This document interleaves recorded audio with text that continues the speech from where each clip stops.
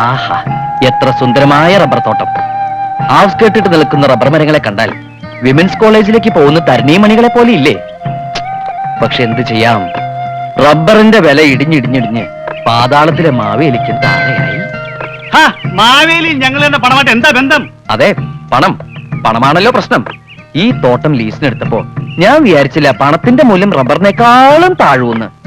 എന്റെ പൊന്നു സ്നേഹിതന്മാരെ, പരമ നഷ്ടമായിരുന്നു ഈ കച്ചവടവും. അതൊന്നും ഞങ്ങൾക്കറിയണ്ട. ഞങ്ങൾക്ക് തരാനുള്ള കാശ് ഇന്ന് തരാന്നാ പറഞ്ഞത്. ഇന്ന് തന്നില്ലെങ്കിൽ നിന്റെ അണപ്പല് ഞാൻ തെറിപ്പിക്കും. എന്നാ പിന്നെ ഈ വലത്തെ അണപ്പല് തെറിപ്പിക്കാൻ പറയൂ. ഞാനത് പറപ്പിക്കാൻ വെച്ചിരിക്കുക. കാശ് വെച്ചിട്ട് സംസാരിക്കണം. ചേട്ടൻ കൈവിട്, കാശ് ഞാൻ തരാം. എന്റെ ഗതികേട് കൊണ്ടാവും ഈ മൽബറി തോട്ടം ഇങ്ങനെ ആയി പോയത്. ഈ മൽബറിയിൽ പട്ടുനൂൽ പുഴുക്കളെ വളർത്തി അവയെ പുഴുങ്ങി പട്ടുനൂലുണ്ടാക്കി കയറ്റി അയച്ച് നിങ്ങളുടെയൊക്കെ കാശ് തിരിച്ചു തരണോന്നാ ഞാൻ മനസ്സുകൊണ്ട് ആഗ്രഹിച്ചത്. എന്നിട്ട് ഇപ്പൊ എന്തായിന്നാ പറയണേ? അതിനേക്കാളും വലിയ പുഴുക്കൾ വന്ന് ഈ ചെടിയും നിന്ന് ആ പുഴുക്കളെ നിന്ന് എന്റെ കയറ്റുമതി സ്വപ്നമാകെ തകർത്തു. ഇനിയിപ്പൊ നിങ്ങളെ ബസ് കയറ്റി വിടാൻ എനിക്ക് നിവൃത്തിയുള്ളൂ. ഞങ്ങളോട് വാങ്ങിയ കാശ് നീ ഇന്ന് 5 മണിക്കാൻ തരാന്ന് സത്യം ചെയ്ത് പറഞ്ഞതല്ലടാ മൽബറി. അതിന് തെറി പറയരുത്. 5 അല്ല 6 മണി എന്നാ പറഞ്ഞ. 6 മണി അല്ല 5 മണിന്നാ നീ പറഞ്ഞ്. ശരി, 5 എങ്കിൽ 5. ലേറ്റ് ആവരുത്. എന്തായാലും ഒരു 15 മിനിറ്റ് മുമ്പ് എത്തിക്കോളൂ. ആ പിന്നെ സ്ഥലം എവിടെയെന്നറിയോ? കടലിലേക്ക് നീണ്ടെടുക്കുന്ന പാലം. കടൽപ്പാലം.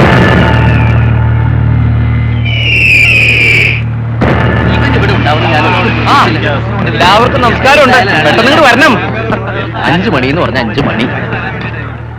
ഇത്രയും കൃത്യമായിട്ട് കൃത്യനിഷ്ഠ പാലിക്കുന്ന മലയാളികളെ ഞാൻ ആദ്യമായിട്ട് കാണുന്നു. കായ കൊടുത്ത് തുടങ്ങിയോ? ഇല്ല, വേവലാതിപ്പെടേണ്ട, അവിടെ നിൽക്കേട്ടാ. പരിപാടി തുടങ്ങാൻ പോണേ ഉള്ളൂ. എല്ലാരും വന്നിട്ടുണ്ടല്ലോ. ഞാൻ പേര് വിളിക്കുന്നവര് എത്തിച്ചേർന്നിണ്ടെങ്കിൽ ഹാജര് പറഞ്ഞാ മതി. തെങ്ങിൻ തോട്ടില് കാതർ കുഞ്ഞ് 12,300 രൂപ ഹാജർ. കീഴടുത്ത് പ്രഭാകരൻ 13,900. പലിശ അടക്കോട്ടോ. അതൊക്കെ അവിടെ ആദ്യം എന്റെ കാശ് എന്നെ പിരിച്ചുവിട്. ഹായ്, ഞാൻ ഏറ്റവും കൂടുതൽ കാശ് കൊടുക്കാനുള്ള ആളാ തൊമ്മിച്ചൻ. എന്താ തൊമ്മിച്ചൻ ലേറ്റ് ആയത്? പറഞ്ഞ് ലേറ്റ് ആക്കാതെ കാശാടാ. ഈ തൊമ്മിച്ചന്റെ കണക്കുൾപ്പെടെ ഞാൻ ആകെ തരാനുള്ളത് 7,49,000 രൂപ. പക്ഷേ ഇപ്പൊ അത്ര എന്റെ കയ്യിലില്ല. ഒരു ശകലം കുറവുണ്ട്. അത് നമുക്ക് പരിഹരിക്കാം. എത്ര കുറവുണ്ട്? 7,49,000 തന്നെ കുറവുണ്ട്. അത് എലിവിഷോ? വിഷോ? അതെ ചേട്ടാ, വിഷോ. പൊട്ടാസ്യം സൈനൈഡ് വാങ്ങിക്കാൻ കപ്പാസിറ്റി ഇല്ലാത്തതുകൊണ്ട് ഇതുമായിട്ട് നടക്കുന്നേ ഉള്ളൂ. ഏത് നിമിഷം എനിക്കിത് അത്യാവശ്യമായിട്ട് വന്നേക്കും. വലിച്ചെറിഞ്ഞ് കളയണോ അത്? കണ്ട, ചാകാൻ പോലും നിങ്ങൾ സമ്മതിക്കില്ലെന്ന് എനിക്കറിയാം. എന്ന് വെച്ച് ദേ എനിക്ക് ആരോടും ദേഷ്യമില്ലാട്ടോ. വന്നിട്ട് കുറെ നേരമായോ? ഒരവസരത്തിൽ അല്ലെങ്കിൽ മറ്റൊരവസരത്തില് നിങ്ങൾ എല്ലാവരും എന്നെ സഹായിച്ചിട്ടുണ്ട്. ഞാൻ ആരെയും വഞ്ചിക്കില്ല. എല്ലാവരുടെ പണവും കൃത്യമായിട്ട് കിട്ടും. ഒരുപാട് സ്ഥാപനങ്ങൾ ഞാൻ തുടങ്ങി. ഒന്ന് പൊട്ടുമ്പോ അടുത്തേൽ രക്ഷപ്പെടാന്ന് കരുതി. പക്ഷെ എല്ലാം പൊട്ടി. അങ്ങനെ അവസാനം ഞാൻ ഒരു പടക്ക കമ്പനി തുടങ്ങി. അതാണെങ്കിൽ പൊട്ടിയുമില്ല. അപ്പൊ അതെങ്ങനെ ഉണ്ടല്ലോ. അത് വിറ്റിട്ട് എന്റെ കാശിങ് താടാ. പൊട്ടാതിരുന്നത് പടക്കമാണ് ചേട്ടാ. പടക്കം പൊട്ടാതായപ്പോ ആ കമ്പനിയും പൊട്ടി. എന്റെ അച്ഛൻ എന്നെ കുറിച്ച് എപ്പോഴും പറയും, എന്റെ പേര് ഗിന്നസ് ബുക്കിൽ വരുമെന്ന്. ശരിയാ, ഇത്ര ചെറുപ്പത്തിലെ ഇത്രയും വലിയ കടക്കാരനായ ചെറുപ്പക്കാരൻ ചിലപ്പോ ഞാൻ മാത്രമേ ഉണ്ടാവൂ. മനഃപൂർവ്വമല്ല, സംഭവിച്ചുപോയി. ഇനിയിപ്പോ എന്റെ മുമ്പിൽ ഒരു വഴിയേ കാണുന്നുള്ളൂ. ഒന്നെങ്കിൽ നിങ്ങൾ എനിക്ക് 5 വർഷത്തെ സാവകാശം തരണം, അല്ലെങ്കിൽ ഞാൻ ഈ കടലിൽ ചാടി ചാകണം. ആ വേല ഞങ്ങളോട് വേണ്ട മോനെ. അങ്ങനെ നീ ചാടുന്നെങ്കിൽ ചാട്. എന്റെ കാശ് ഞാൻ ഉപേക്ഷിച്ചേക്കാം. ചാടാം. ഞാനൊരു വലിയ തുകയ്ക്ക് ഇൻഷുറൻസ് പോളിസി എടുത്തിട്ടുണ്ട്. അത് താമസിയാണ്ട് കിട്ടും. കിട്ടണമെങ്കിൽ നിങ്ങൾ എനിക്കൊരു വാരം ചെയ്യണം. നമ്മളിങ്ങനെ സംസാരിച്ചോണ്ട് നിൽക്കുമ്പോ ഞാൻ അറിയാണ്ട് കാല് തെറ്റി കടലിൽ വീണതാണെന്ന് പറയണം. അപകട മരണം ആവുമ്പോ ഇൻഷുറൻസ് തുക ഇരട്ടി കിട്ടും. അതും കൊണ്ട് എന്റെ അച്ഛൻ നിങ്ങളുടെയൊക്കെ കടം വീട്ടും. മോനെ ഉണ്ണി, ഇത് നമ്മളോട് വേണ്ട. ഈ നമ്പർ ഒന്നും നമ്മളെടുത്തെടുക്കണ്ട. ഇതൊരു നമ്പറാ, അവസാനത്തെ നമ്പർ. ജീവിക്കാൻ കൊതിയിലഞ്ഞിട്ടല്ല, വേറൊരു മാർഗമില്ലഞ്ഞിട്ടാ. എന്നെ അടുത്തറിയാവുന്നവര് സമ്മതിക്കും എന്റെ ഈ തീരുമാനം ശരിയായിരുന്നു.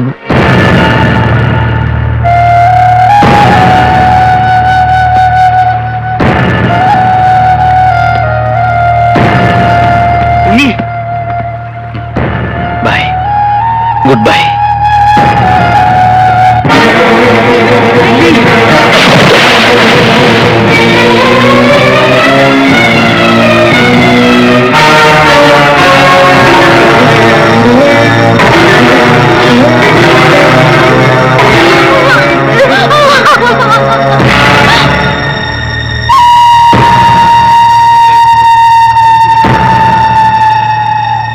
അച്ഛാ,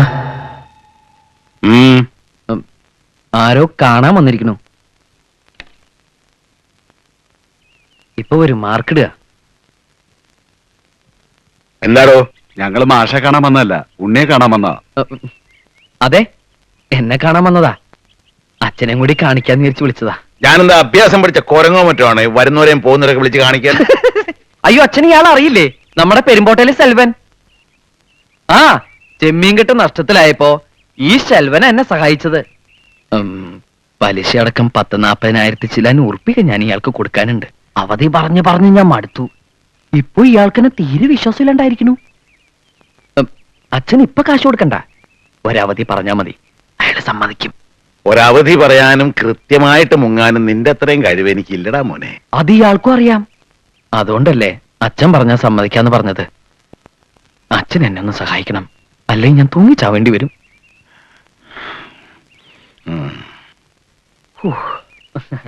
അച്ഛൻ അവധി പറയില്ല, കാശ് ഇപ്പൊ തരും. പിന്നെ ഞാനൊരു കോഴി ഫാം തുടങ്ങാൻ ആലോചിക്കുന്നുണ്ട്. അപ്പോ എന്നൊന്ന് സഹായിക്കേണ്ടി വരും. നാ എന്റെ മോൻ പോയി തൂങ്ങിച്ചാത്. ഇതിനേക്കാ വലിയൊരു സഹായം അച്ഛന് ചെയ്യാൻ പറ്റില്ല. നാ പിടിച്ചേ.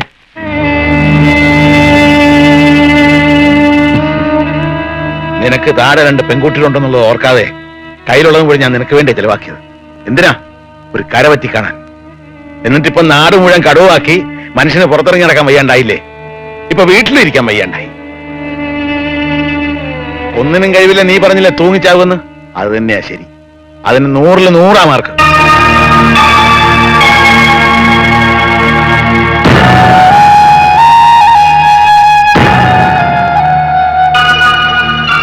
നിന്റെ മുറപ്പെണ്ണായി ജനിച്ചു പോയി എന്നുള്ള ഒരൊറ്റ കാരണം കൊണ്ട് നീ അവളുടെ ജീവിതം തകർക്കരുത്. അമ്മാവൻ എന്തൊക്കെയാ പറയണേ? ഞാൻ എന്തെങ്കിലും നിങ്ങൾക്ക് ആർക്കെങ്കിലും ഒരു തടസ്സമായിട്ട് നിന്നുണ്ടോ? സുജിക്ക് നല്ലയിടത്തുനിന്ന് ഒരു ബന്ധം ആലോചിച്ചോളൂ. നമുക്ക് എല്ലാവർക്കും കൂടി അത് നടത്താം. എല്ലാറ്റിനും മുമ്പിൽ ഞാനുണ്ടാവും. എന്താ പോരെ? അതിനവള് സമ്മതിക്കണ്ടേ? നിന്നെ മാത്രമേ വിവാഹം കഴിക്കോളെന്ന് പറഞ്ഞ് അവൾ ഒറ്റക്കാലിൽ നിൽക്കാൻ തുടങ്ങിയിട്ട് വർഷം എത്രയായി? അവളെ കുറ്റം പറഞ്ഞിട്ട് കാര്യമില്ല മാവ. ഓർമ്മ വെച്ച കാലം മുതല് ഞാൻ അവളുടെയാണെന്നും അവൾ എന്റേതാണെന്നും കേട്ടല്ലേ വളർന്ന്. ശരിയാണ്, അങ്ങനെ ഒരു ആഗ്രഹം ഞങ്ങൾക്ക് എല്ലാവർക്കും ഉണ്ടായിരുന്നു. പക്ഷെ നീ വളർന്ന് ഇത്രയും വലിയൊരു തല്ലിപ്പൊളിയാകുമെന്ന് ഞാൻ അറിഞ്ഞോ? അമ്മാവന് ആലോചനകളൊക്കെ തുടങ്ങിക്കോളൂ. അവളെ പിരിയാൻ ഇഷ്ടമുണ്ടായിട്ടല്ല, അവളെങ്കിലും സമാധാനമായിട്ട് ജീവിക്കട്ടെ എന്ന് കരുതിയ. ഞാനവളെ പറഞ്ഞ് സമ്മതിപ്പിച്ചോളാം. അതിന് അവള് സമ്മതിക്കില്ലടാ. നീ ഇങ്ങനെ തടി പോലെ നിൽക്കുമ്പോ അവളെ എങ്ങനെ സമ്മതിപ്പിക്കാനാ? അതുകൊണ്ടാ ഞാൻ പറഞ്ഞത്, നീ എങ്ങോട്ടെങ്കിലും ഒളിച്ചോടിപ്പോ. കുറെ കാലം കഴിഞ്ഞ് തിരിച്ചു വന്നാ മതി. ഇനി വന്നില്ലേലും കുഴപ്പമില്ല. അപ്പോ നിനക്ക് നിന്റെ കടക്കാരെ ഇത് രക്ഷപ്പെടുകയും ചെയ്യാം, എനിക്ക് എന്റെ മോളെ കെട്ടിച്ചയക്കുകയും ചെയ്യാം. ദാ ഇനി വണ്ടിക്കൂലിക്ക് വേണ്ടി നീ തണ്ടണ്ട. പിടിച്ചോ.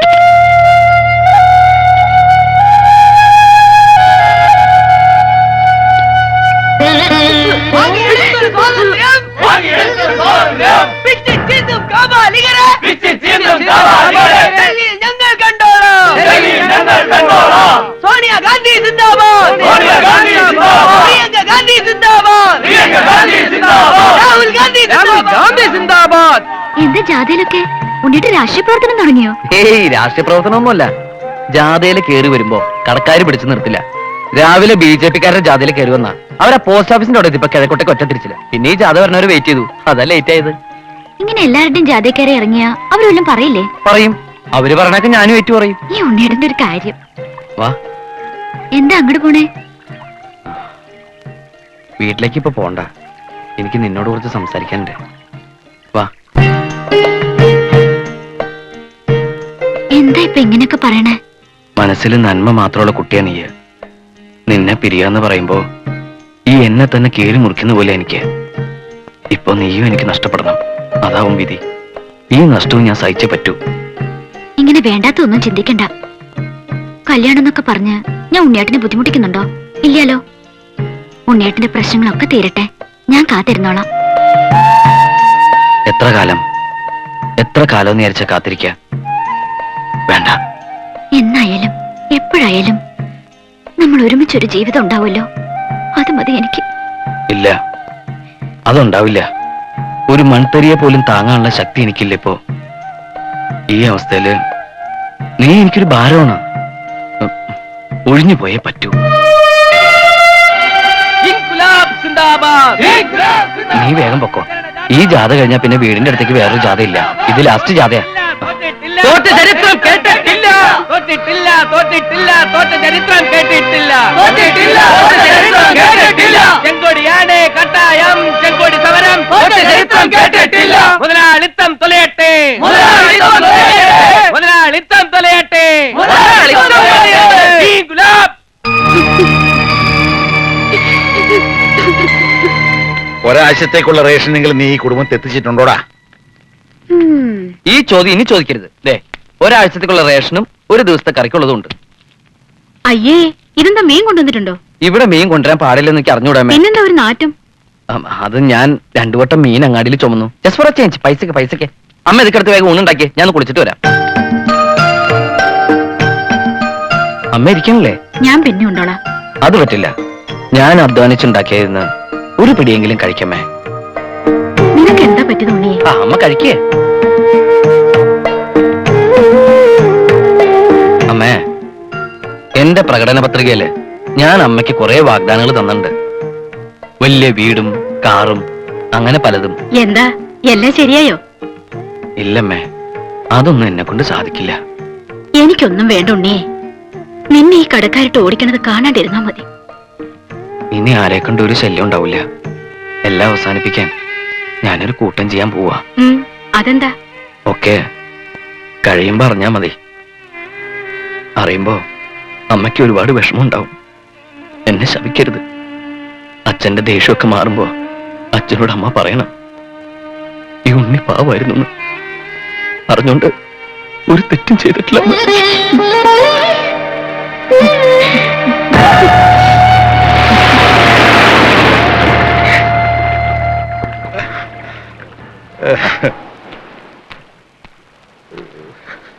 മാഷ വീട്ടിലേക്ക് കൊണ്ടുപോയിക്കോളൂ. ബോട്ടുകാരൊക്കെ തിരച്ചിൽ നിർത്തി. പതിവില്ലാതെ നല്ല അടിയൊഴുക്കുണ്ടായിരുന്നു. അതുകൊണ്ട് ബോഡി ഉടനെ കിട്ടുമെന്ന് തോന്നുന്നില്ല.